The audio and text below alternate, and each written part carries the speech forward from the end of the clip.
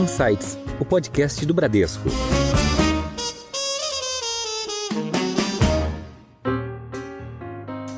O que está gerando a volatilidade? Justamente, a pergunta é quando é que começa, principalmente nos Estados Unidos, né? Acho que o resto do mundo muitos países já começaram, mas no fundo quem é que está ancorando toda a expectativa é o Fed. Acho que isso gera um ruído.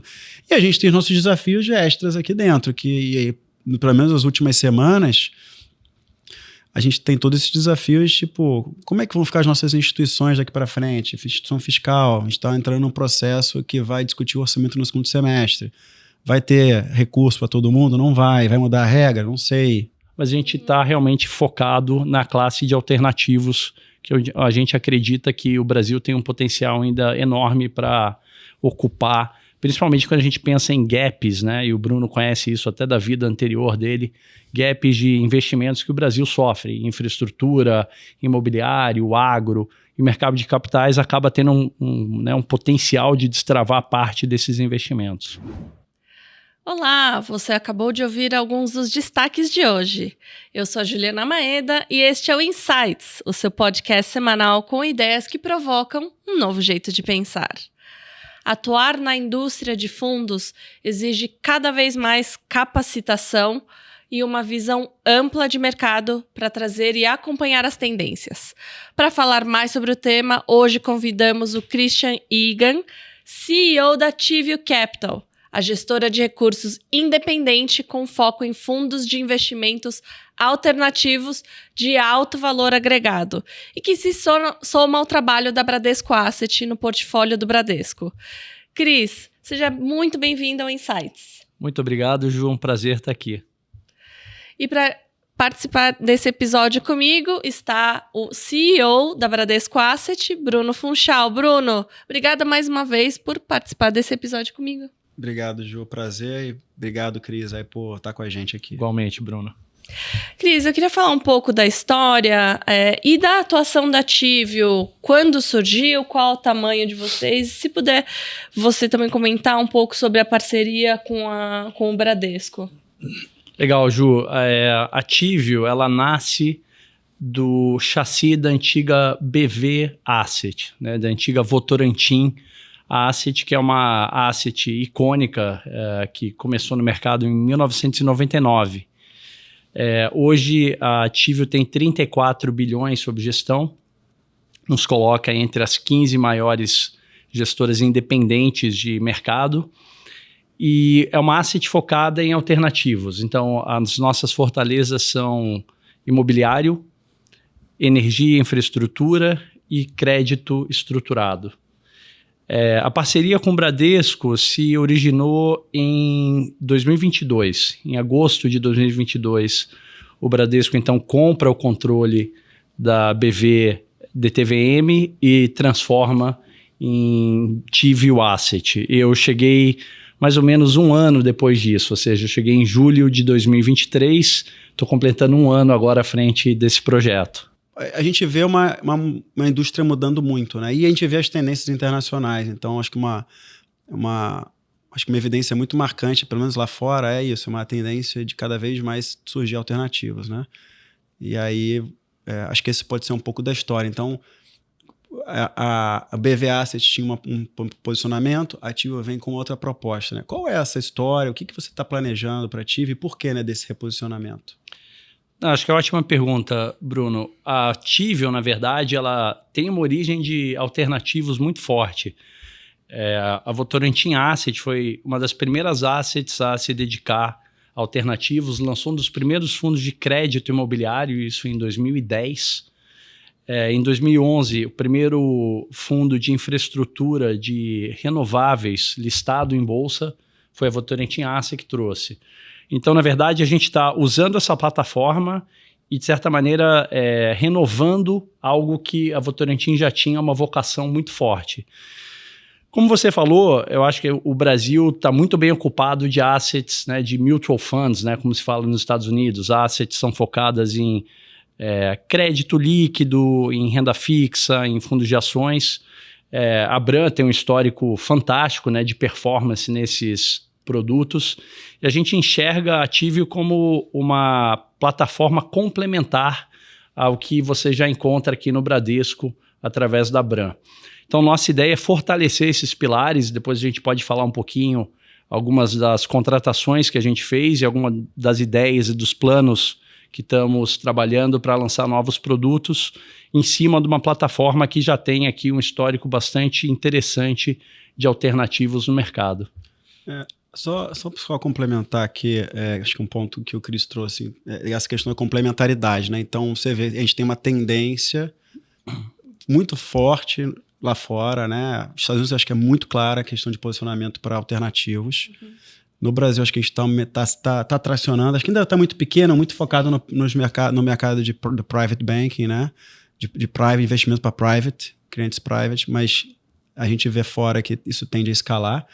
E aqui a gente, dentro do Bradesco, acho que a gente tinha esse gap, né? De, poxa, como é que a gente faz coisas mais estruturadas, mais alternativas? Eu acho que a Ativio vem com esse objetivo. Aproveitando que eu estou com os dois CEOs da Bradesco Asset e da Ativio, ouvi de vocês essa complementariedade entre Bradesco Asset, as fortalezas da Bradesco Asset e as fortalezas da Ativio. Como é que vocês enxergam no futuro essas duas frentes dentro do grupo? Acho que o principal é a gente ter clareza dessa soma de forças, dessas maiores alternativas para os clientes, né? É claro que no fundo, a gente pode acabar competindo em algumas coisas, e vai ser natural que a gente faça isso. Por exemplo, a gente cresce muito em crédito, e a Bradesco Asset tem ido cada vez mais para o high yield, para as coisas mais estruturadas. A gente lançou o Fiagro. A Ativio tem crédito estruturado na sua essência aí de gestão. Então, é razoável que a gente tenha essa competição. Mas a competição é saudável também. Sim. Então, acho que tem a questão de complementaridade, que tem um foco muito claro da Ativio em estruturados, tem nosso foco nos mais líquidos, mas acho que sendo bom para o cliente, né, é isso, ter algum tipo de competição, também acho que é bem saudável. Até porque já tem 1.000 assets, a gente já compete contra os 999, né, mais uma... Exatamente. E fazer coisa conjuntamente, isso, né? Isso, é isso que eu ia falar. Eu acho que além de ser complementar, né, Bruno, o que a gente tem trabalhado para fazer é realmente uma troca de informações saudável que a gente tem criado quase que naturalmente, o Bruno e eu, nos últimos meses, né? Então, o que a gente tem visto, né? São mandatos de produtos estruturados que muitas vezes acabam parando aqui na Bram. A Ativio tem visto um nível de consolidação, isso tem acontecido no mercado, né? Consolidação de assets, né? Então, o Bruno e eu temos conversado muito, a gente sabe quem são os bons gestores, quem são potenciais targets para uma aquisição, um acqui-hire para o Bradesco, e isso tem aparecido através da Ativio muitas vezes, e a gente, obviamente, direciona aqui para a Bram. Então, tem funcionado de forma natural.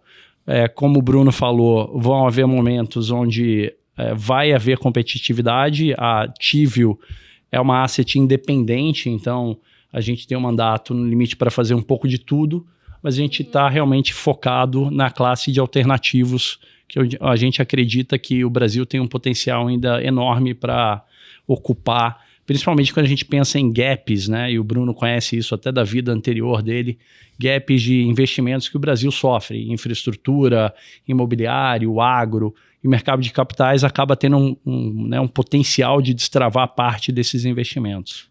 Acho que essa pergunta dá para explorar muito, né? Mas assim, uma visão ampla os mais líquidos talvez sejam mais a nossa vocação, os mais líquidos, mais estruturados da Ativio. Vai ter uma zona cinzenta ali que a gente vai competir, mas que a gente também vai poder produzir produtos conjuntamente, né? E já o Christian já falou um pouquinho sobre Brasil. Bruno, o cenário no Brasil traz um ambiente um pouco mais previsível para juros e inflação, mas a gente ainda vê alguns eventos que sempre podem gerar bolsos de volatilidade. Eu queria que você desse uma avaliação para a gente. A gente acaba agora o primeiro semestre, começa o segundo semestre, do ambiente macroeconômico no Brasil. Então, acho que assim, tem acho que notícias boas e notícias ruins, né? Acho que a notícia boa é que a gente observa o processo de desinflação, apesar de toda a dificuldade dessa última milha, né? Ou seja, do processo final de desinflação. E o sinal positivo é que todo mundo, por mais lento ou postergando que a gente esteja vendo a decisão de queda de juros, mas o mundo inteiro está num limite que vai ter um ciclo de queda de juros, né? De afrouxamento monetário. E isso é bom. Uhum. O que está gerando a volatilidade? Justamente, a pergunta é quando é que começa, principalmente nos Estados Unidos, né? Acho que o resto do mundo muitos países já começaram, mas no fundo quem é que está ancorando toda a expectativa é o Fed. Acho que isso gera um ruído. E a gente tem os nossos desafios extras aqui dentro, que pelo menos nas últimas semanas a gente tem todos esses desafios, tipo, como é que vão ficar as nossas instituições daqui para frente? Instituição fiscal, a gente está entrando num processo que vai discutir o orçamento no segundo semestre. Vai ter recurso para todo mundo? Não vai. Vai mudar a regra? Não sei. Como é que vai ser a sucessão do Banco Central? Tudo isso acaba gerando aquela pimenta no mercado financeiro, nos preços dos ativos, porque no fundo os preços dos ativos é um resumo do que a gente acha que vai acontecer no futuro. E acaba colapsando tudo no preço do ativo hoje. E como você tem muita incerteza, gera esse estresse. Então, mas assim, acho que a tendência ela é positiva. Vamos ter período de estresse no segundo semestre. Acho que vai ficar tão alto quanto a gente está vendo agora. Mas acho que a tendência no final do ano, à medida que for dissipando essa incerteza, melhora. Para o nosso mercado, acaba que aquelas classes que vêm sofrendo nos últimos anos vão continuar tendo dificuldades. Esses ativos, essas classes de maior risco, multimercado, ações, enquanto tiver essa volatilidade, é difícil você... De incerteza. É difícil as pessoas terem a confiança de voltar, né? Porque já estão 2 anos aí sofrendo, né? Então, acho que quando a gente conseguir tracionar num cenário positivo de queda de juros e de reduzir ruído, acho que vai ser uma boa classe para investir. Tem muito retorno para a estreia dessas classes.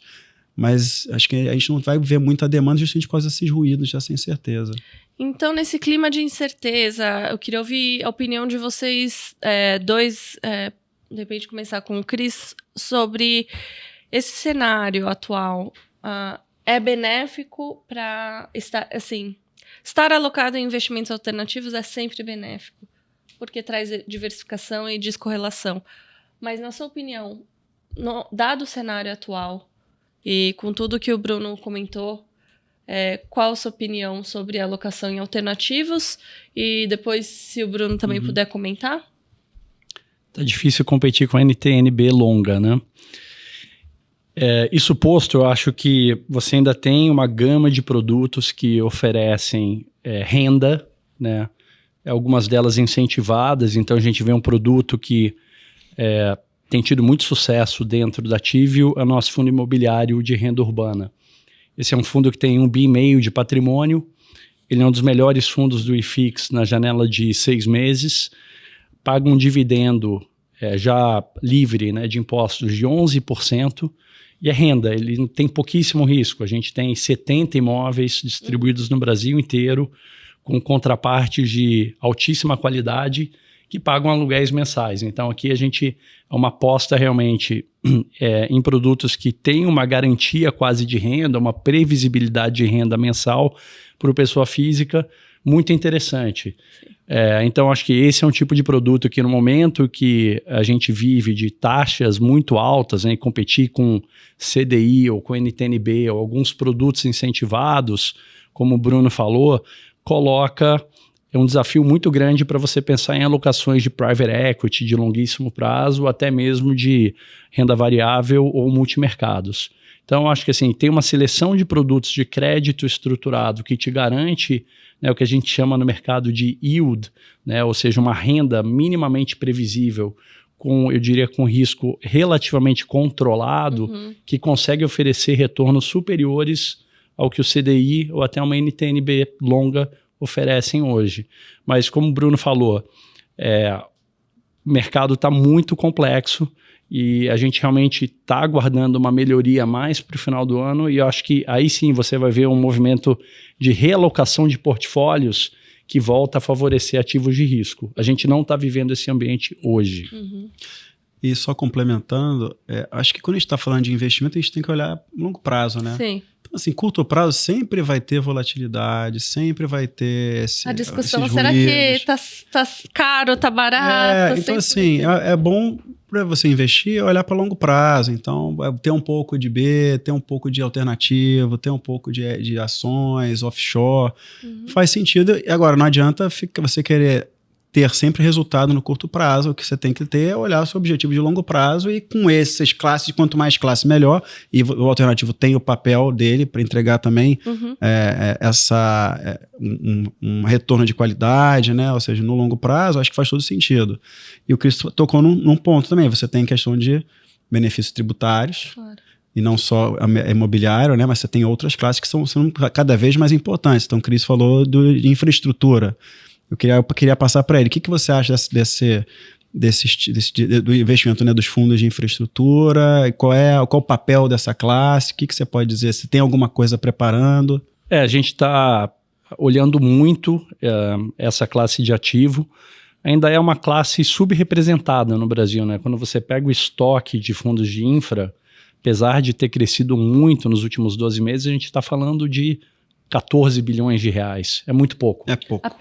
Dada a necessidade de melhoria em infraestrutura que o Brasil tem, né? Bom, aí realmente dá vontade de chorar, Ju, porque a gente até fez um estudo recente, o gap anual de investimento em infraestrutura é na casa de 2 a 3% do PIB. Uhum. A gente está falando de algumas centenas de bilhões de reais, todos os anos, né, para lidar com necessidade de renovar o parque de infraestrutura, e aqui a gente está falando de rodovias, portos, energia, olhando infraestrutura de forma completa. Então, o Brasil, dos 400 e poucos bilhões aqui que o Brasil precisa todos os anos, a gente tem conseguido financiar por volta de 200. Então, você tem um gap de 200 bi de financiamento em infraestrutura anual, que vem se acumulando. E se você não tiver a ajuda do mercado de capitais, dificilmente esse gap vai fechar nos próximos anos. Então, assim, realmente é um produto que pode oferecer, através das debêntures 12431, né, no caso dos fundos de infraestrutura de crédito, retornos muito interessantes em projetos de longo prazo, né? Então você tem aqui yields interessantes, você tem uma exposição à inflação, porque são títulos que muitas vezes estão vinculados à NTN-B. Então é um produto que a gente acha que tem um potencial de crescimento gigantesco no Brasil nos próximos anos. E falando um pouco ainda sobre a classe de alternativos, vocês também, como você comentou, são muito fortes na área imobiliária. Você comentou do fundo imobiliário bem relevante, 1,5 bi sob gestão. Mas como é que é a estratégia, o posicionamento? E conta um pouquinho pra gente da reestruturação que vocês passaram na área. Não, legal, Ju. Realmente tem sido um foco o imobiliário. Hoje, ativo dos 34 bilhões, por volta de 7 bilhões estão alocados em imobiliário. É bem diversificado hoje, tá? A gente tem um pouco de renda urbana, tem alguma coisa de galpão, tem até shoppings, mas o foco hoje é na renda urbana, né? Então, nós trouxemos recentemente um executivo super experiente de mercado, que é o Adriano Mantesso. Ele foi responsável por mais ou menos 10 anos por gerir todos os ativos imobiliários do Caisse Depot, que é um fundo de Quebec, um fundo de pensão de Quebec, que é um dos maiores do mundo. E o Adriano vem com uma cabeça de, obviamente, alavancar o que a gente tem já dentro de casa. Então, o TVR11 é um dos cavalos, né, que a gente aposta, mas a gente enxerga o imobiliário com o potencial de olhar coisas muito interessantes fora isso. Então, a gente tem visto muito a tese de data center, né? Que realmente tem ganhado muito momento. O Brasil é um produtor barato de energia, e quando você pensa em AI, o que você tem de demanda, né, por energia nos data centers de AI é 10 vezes maior do que um data center tradicional. O que falam é que no futuro a restrição da AI é muito mais energética do que qualquer coisa, né? E aí você tem todo o que é chamado de nearshoring, né? Que você trazer junto, né, de um galpão, um data center, a própria geração de energia. E o Brasil é muito capaz de explorar, né? Seja eólica, solar, biocombustível. Então você tem aqui realmente recursos naturais, uma infraestrutura energética que já é muito mais avançada do que a maioria dos países do mundo. Então é uma tese que a gente está olhando super de perto, porque a gente acredita que tem um potencial gigantesco para ser destravado e hoje não tem um produto no mercado olhando data center. Então deixa eu pegar esse gancho que você falou desse fundo data center, de energia limpa. Vocês já estão desenhando, construindo esse fundo de transição energética? Essa é uma pergunta. E a segunda você falou basicamente 4 verticais: imobiliário, infra, transição energética e crédito, né? Isso. Como é que está o andamento delas e você tem uma linha temporal de lançamento de produtos em cada uma dessas? Sim, Bruno. O imobiliário é o que está mais avançado dado o legado que a gente trouxe do Votorantim. Então, esse é onde a gente enxerga aqui no curto prazo, no segundo semestre, a gente vai ter uma combinação de talvez follow-ons de algumas estratégias, ou até lançamento de novas estratégias, já baseado no nosso conhecimento prévio do setor. Na parte de, a gente está chamando de transição energética, pega um pouco de descarbonização, nós estamos trabalhando com um time super experiente que trouxemos no mercado também, e a gente acredita que tem um espaço para preencher no mercado quando a gente pensa no middle markets, né, que são projetos um pouco menores do que muitos fundos de infraestrutura ou energia já estão trabalhando, e vai estar focado em renováveis, biocombustíveis, mas vão estar olhando também algumas tecnologias que já são mais provadas, de baterias, de estabilidade de grid. E é muito interessante, né? Quando a gente olha o Brasil, 85% da matriz energética é renovável. É renovável. É incrível. O Brasil fez um trabalho muito... né? E é renovável, mas antigamente já tinha muito renovável, mas era muito concentrado em hidrelétrica. Ele continua sendo muito renovável, mas muito mais diversificado, porque agora ampliou muito a eólica e muito principalmente a fotovoltaica, né? Fotovoltaica ganhou um peso, chega a quase 20%, é que mais cresce, onde eu acho que o Brasil vai se destacar, né?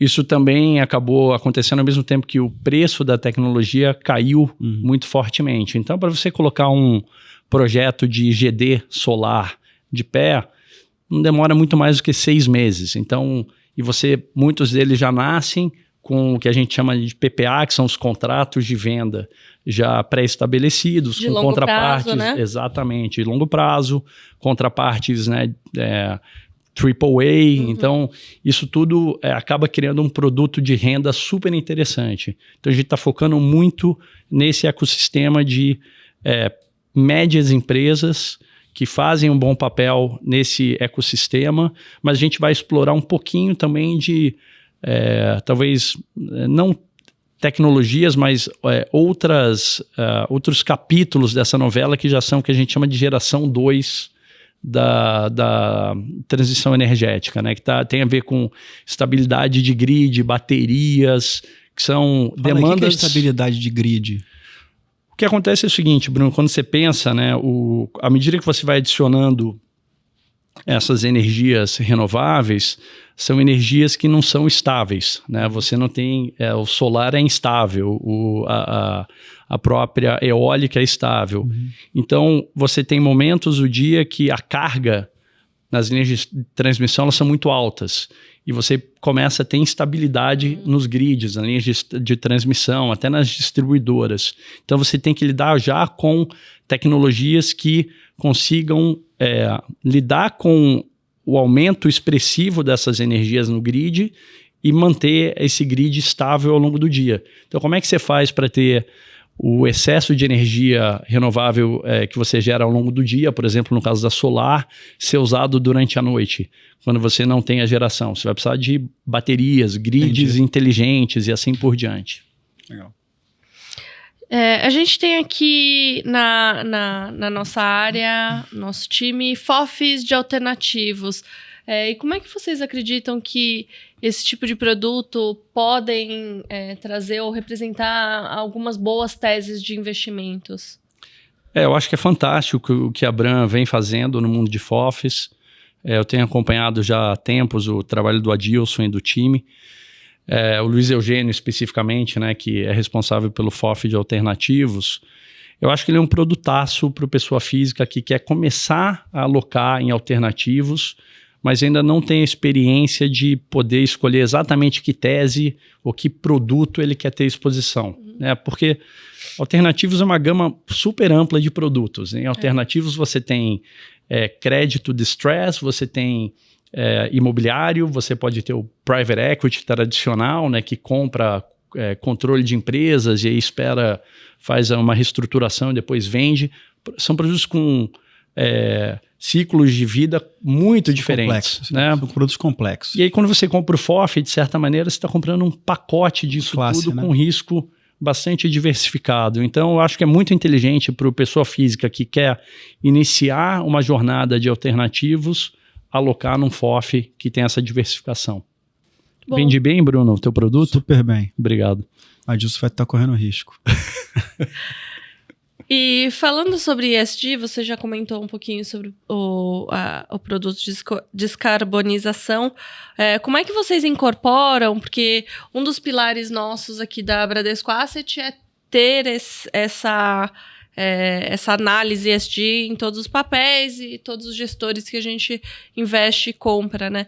Mas eu queria saber da Tive, a nossa parceira, como vocês implementam os fatores ou análise ESG para a gente trazer essa sigla sempre, porque eu não acho que foi um buzzword, uma palavra da moda que aconteceu lá em 2020, 2021, né? Eu acho que realmente é uma realidade para todos nós. Você pode ter até ciclo, né?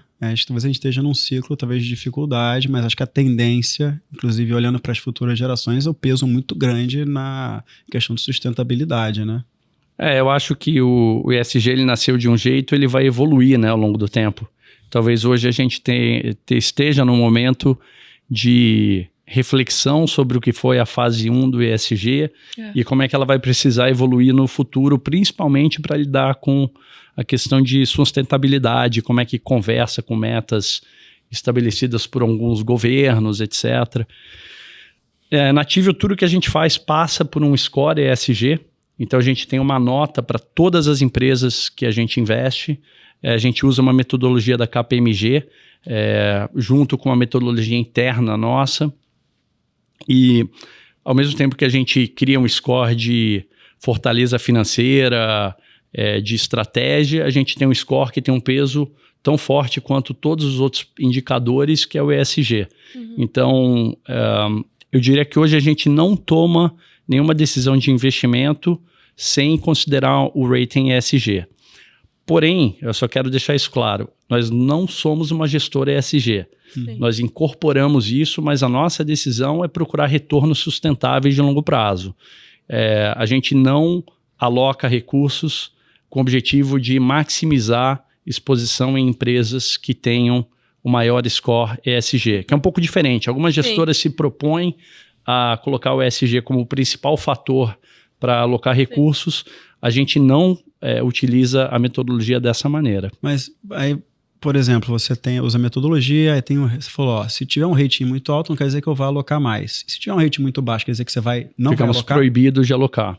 Então Nós temos uma régua, então você tem que passar por uma régua mínima de ESG, e mesmo ao passar na régua mínima, depender de alguns subfatores de ESG, a gente pode decidir não ter uma exposição ou reduzir drasticamente uma exposição se a gente tiver desconforto com algum dos componentes que chamaram atenção ou que apareceu alguma bandeira amarela, por exemplo. E você chega a falar com a empresa para reportar isso, para de repente a empresa mudar alguma política para se ajustar? Sim, em alguns casos, mas diferente de algumas gestoras, a gente não tem uma política de ser um investidor proativo com as empresas, tá? A gente deixa isso muito bem dentro de casa, a gente analisa e a gente muitas vezes deixa de fazer um investimento, Bruno, mas até porque, por exemplo, a gente não tem hoje um produto de renda variável, a gente não compra ações de empresas. Então, quando você pensa em crédito, O crédito tem outros componentes enormes, né, ao redor disso, e às vezes o ESG, a depender do momento, do prazo da operação, o ESG pode ter um componente que seja menos relevante em uma operação. Então, ele é levado em consideração, mas a gente não é um investidor proativo em falar com as empresas sobre esse tema. Entendi. Só mudando um pouco para um outro assunto que é fundamental nas assets, né, que e acho que qualquer empresa, que é pessoas, né? Acho que no nosso ramo, no nosso setor, isso ainda é mais claro, porque é pessoa intensivo, né? São basicamente feito de pessoas. Como é que você está vendo o mercado para atração de talentos e que tipo de perfil você procura porque é um perfil mais específico, né? Diferente, acho que da Bradesco Asset, que você tem o foco lá do pessoal de gestão dos líquidos, é um perfil diferente. Que tipo de perfil você procura? Bom, a Ativio procura um profissional bastante empreendedor. Não só porque a Ativio é independente, mas porque muitos dos produtos e do que a gente se propõe a fazer, em alguns casos, tem que sair do zero, né? Você tem que construir o teu investment case, você tem que construir o seu produto, a sua estratégia de captação. Então, passa por não só ter experiência no setor ou no ativo, mas também ter o espírito empreendedor. Então, para a gente, isso é crucial. Eu diria que a gente está se beneficiando de alguns fatores na contratação de profissionais e a gente tem tido bastante sucesso em trazer pessoas muito experientes, tá? Seja nossa rede de risco, que veio de uma das casas independentes de crédito estruturado mais conhecidas aqui do Brasil, o próprio Adriano, que eu mencionei, né, que veio do Caisse de Dépôt de Quebec, nosso time de energia, né, um deles veio do EIG, que é o Energy Infrastructure Group dos Estados Unidos. Ele tocava o escritório da América Latina para o EIG. O EIG é um private equity de energia de 25 bilhões de dólares. E profissionais difíceis de serem atraídos por uma asset local. Mas a gente tem um espírito muito empreendedor e a gente se propõe a realmente criar um modelo bastante competitivo para esses gestores, né? Que obviamente pressupõe que eles tenham sucesso na captação e na performance de longo prazo dos produtos que eles gerenciam. Além disso, eu acho que tem um fator que é bastante importante, que é o que a gente chama do nosso cap table, né? Quando a gente tem um Bradesco e ainda um Banco BV por trás, né? Você tem uma solidez de balanço que a Ativio tem que poucas casas independentes conseguem replicar. Então, acho que são combinações de vários fatores, tá? Por último, a Ativio tem um ambiente pouquíssimo burocrático. Então, a gente permite os profissionais terem muita liberdade, tem muita troca entre os heads e entre as equipes. A gente vê, né, o time de energia está falando o dia inteiro com o time de crédito, que está falando o dia inteiro com o time de imobiliário. Então, você tem ali realmente produtos, como eu falei, né, um data center com energia renovável. É imobiliário ou é energia? São os dois no final. Então, realmente, a troca que a gente tem ali dentro entre os times é bastante rica, é uma coisa que a gente alimenta todos os dias. Então, realmente, é um ambiente bastante inovador e que se propõe a ter profissionais de gamas diferentes, de backgrounds diferentes, mas que realmente busquem coisas novas. E o que vocês acham do desafio de continuar a reter esses talentos nesse ambiente que, como vocês comentaram várias vezes aqui, com muita consolidação, muita aquisição, o mercado ficando mais competitivo? Como que vocês atuam para reter os talentos? Eu acho que assim, é claro que você tem que ter um bom ambiente. Acho que o principal é isso. É claro que você é um compensation competitivo de mercado, mas é você ter um bom ambiente, que as pessoas fiquem satisfeitas, fiquem felizes de trabalhar. Acho que um bom ambiente de trabalho é aquilo que vale, um ambiente cooperativo. É claro que você tem todas as nossas dificuldades do dia a dia, como a gente vê, né? Pode ser uma dificuldade de mercado, né, de ruídos, né, políticos, econômicos, que traz, é claro, uma dificuldade para o gestor, outros, né, a dificuldade de você empreender no Brasil, mas isso tudo acaba ficando no preço, né? Ou seja, a gente que incorpora isso no preço e consegue fazer essa gestão. Mas acho que o principal é esse ambiente de trabalho. Porque assim, a gente fica a maior parte do nosso tempo trabalhando. Se a gente não tiver um bom ambiente, né, que a gente consiga viver bem, acho que esse é o ponto fundamental. E para complementar, né, porque eu concordo, eu acho que sem ambiente você pode ter qualquer maior dinheiro do mundo, mas ele não é sustentável. Mas acho que a gente está vivendo um ambiente de mercado agora que é muito favorável à atração de talentos, né? Você tem aí 1.000 gestoras, muitas delas que não conseguiram alcançar uma escala mínima para tornar o negócio economicamente viável, e eu acho que a gente vai passar por um ciclo longo de consolidação no setor. Então você vai ter profissionais olhando para uma fortaleza de uma Bram, de uma Ativio, como um atributo super relevante na tomada de decisão, né? Onde eu quero passar os meus próximos 10 anos. Né? Num lugar que me permita crescer, que tenha um bom ambiente de trabalho, que seja obviamente competitivo na parte, né, de remuneração, mas o conjunto, né, desses fatores é difícil você achar hoje em dia. Eu acho que a gente tem tido essa sorte, seja na Bram, na Ativio, né, de ter essas características que permitem a gente ser muito competitivo na hora de atrair e reter talentos. Sim. Bom, mudando já a nossa conversa de direção de novo, eu queria trazer uma curiosidade. O Cris é ciclista e tem uma longa bagagem no mercado financeiro. Ciclista aposentado. Ciclista aposentado, mas nas horas vagas. Então, você pode contar pra gente um pouquinho da sua trajetória e do seu hobby de ciclismo também? Eu vou fazer minha trajetória bem curta, porque senão a gente vai gastar meia hora do podcast, que eu sou muito velho. O Cris então, só parece novo. E eu já vi muita coisa. Eu comecei em 93, então... mas eu não estava nem na faculdade ainda. O Bruno não tinha nem nascido ainda, eu acho. O Bruno é muito jovem, né? Mas eu comecei minha carreira em mercado e continuei em mercado, nunca deixei o mercado de 93 até agora. Então são mais de 30 anos de bagagem. Comecei em mesa de open market. Certamente o Bruno nem lembra o que é isso, treinando título público a termo nos anos 90. E eu brinco que eu tive muita sorte na minha carreira, que eu tive ótimos chefes. Então, acho que conversa um pouco com o que a gente falou, né? De você passar em lugares que te permitam crescer e ter ótimos chefes, e eu tive essa sorte. Então, eu deixaria assim a minha carreira, mas passei em várias casas muito renomadas e com chefes muito bons e equipes de altíssima performance. Ciclismo começou cedo também na minha vida, acho que mais ou menos na cidade que eu estava entrando na faculdade, eu comecei a fazer triatlon, fiz 2 Ironmans, e aí comecei, né, ficando mais velho, tendo filho, eu fui eliminando natação, eliminei a corrida, permaneceu o ciclismo.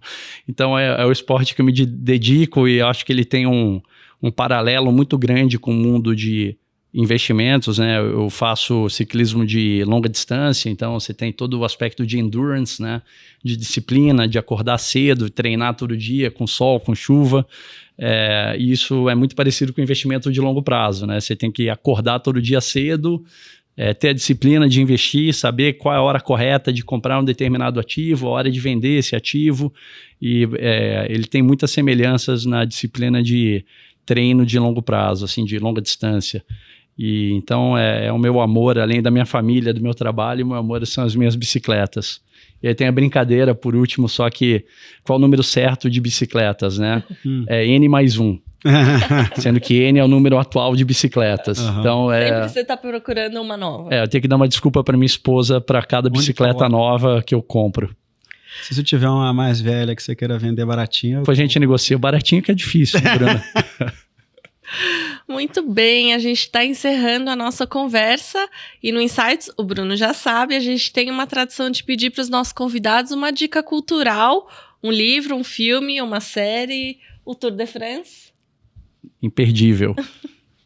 Qual que é a sua dica hoje, Cris, pra gente? Eu tô acabando de ler um livro que chama Finding Ultra, que é de ultramaratona, de um ultramaratonista que chama Rich Roll, um americano que teve uma vida... Era um advogado e mudou de vida com 40 anos e se tornou um dos maiores ultramaratonistas do mundo. Então vale a pena, tem dicas ali de vida, de treino, de nutrição, é muito bacana. E tem vários paralelos com o mundo de investimentos. Bom, Bruno, qual a sua dica hoje? Em homenagem ao Cris, o Tour de France, segunda temporada. Eu já falei do Tour de France, primeira temporada, excelente. Você que acompanha a distância, né? O ciclismo, você acha que é um esporte muito individual, mas é totalmente ao contrário, né? É muito de equipe. Você vê o Tour de France com as equipes competindo, é muito bacana de se ver. Você tem toda essa questão de esforço individual, mas você também tem todo o trabalho de time. E aconselho. E provavelmente está tendo o Tour de France agora, né? Então, quem vê a série vai acabar se interessando até ver o Tour de France. E o desse ano provavelmente vai ser a série do ano que vem, né?